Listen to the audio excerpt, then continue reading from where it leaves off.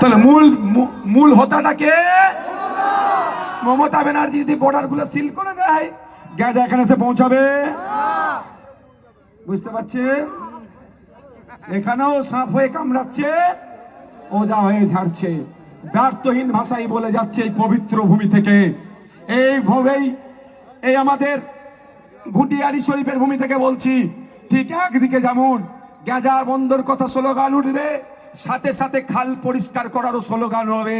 কারণ এখানেও এই খালের দুর্গন্ধতে এই পবিত্র এলাকার মানুষ ক্ষতিগ্রস্ত হচ্ছে, পবিত্র ভূমিও ক্ষতিগ্রস্ত হচ্ছে। রেল লাইনের সমস্যা, তার সেটা নিয়ে যেমন বলবো, রাস্তার সংকীর্ণতা নিয়ে বলবো, বা আপনার খাল পরিষ্কার নিয়ে বলবো, অন্যান্য যে সমস্ত নোংরামি হচ্ছে সেইগুলো বন্ধর জন্য এই স্টেজ থেকে বলবো। তার জন্য আমার পাশে লোক থাকুক আর নাই থাকুক, ও নিয়ে আমি ভাইবি না, অন্যায়ের বিরুদ্ধে আমরা বলে যাব। তবে বন্ধুগণ, তবে আমার বোনেরা যারা বা ভাইরা যারা আমাকে আজকে দান করিয়েছে, সব যাওয়ার সময় দেখা করে যাবো ওদের সাথে। আর অনুরোধ করছি, আমার সাথে যাওয়ার সময় কেউ যাবেন না, না না না না, গরিব মানুষ ওরা আবার কত দেবে। ঠিক আছে, আমি এখান থেকে কি বললাম, এই পবিত্র ভূমি থেকে, অধিকার সভা থেকে কি বলছি, শুধু ঘটিয়ারি শরীফ নয়, পশ্চিম বাংলা থেকে গাঁজা বন্ধ করতে হবে। দায়িত্ব মমতা ব্যানার্জিকে নিতে হবে। যদি সহযোগিতা চাই, নওশাদ সিদ্দিকী মমতা ব্যানার্জি সহযোগিতা করবে। কারো অসুবিধা আছে? কারো অসুবিধা আছে? তাহলে তো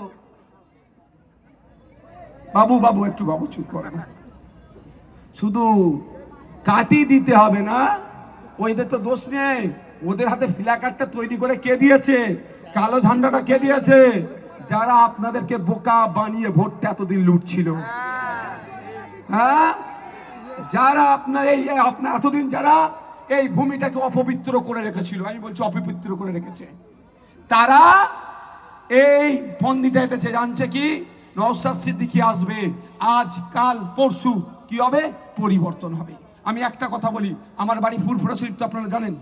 আমি তো একটা পরিবারের বয়ে আমি আমার ঘটনার কথা বলি।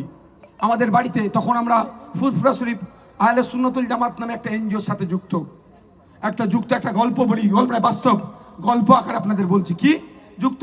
তো আমাদের তখন ওই এনজিওতে আলেম উলামা থেকেও সাধারণ ছিল।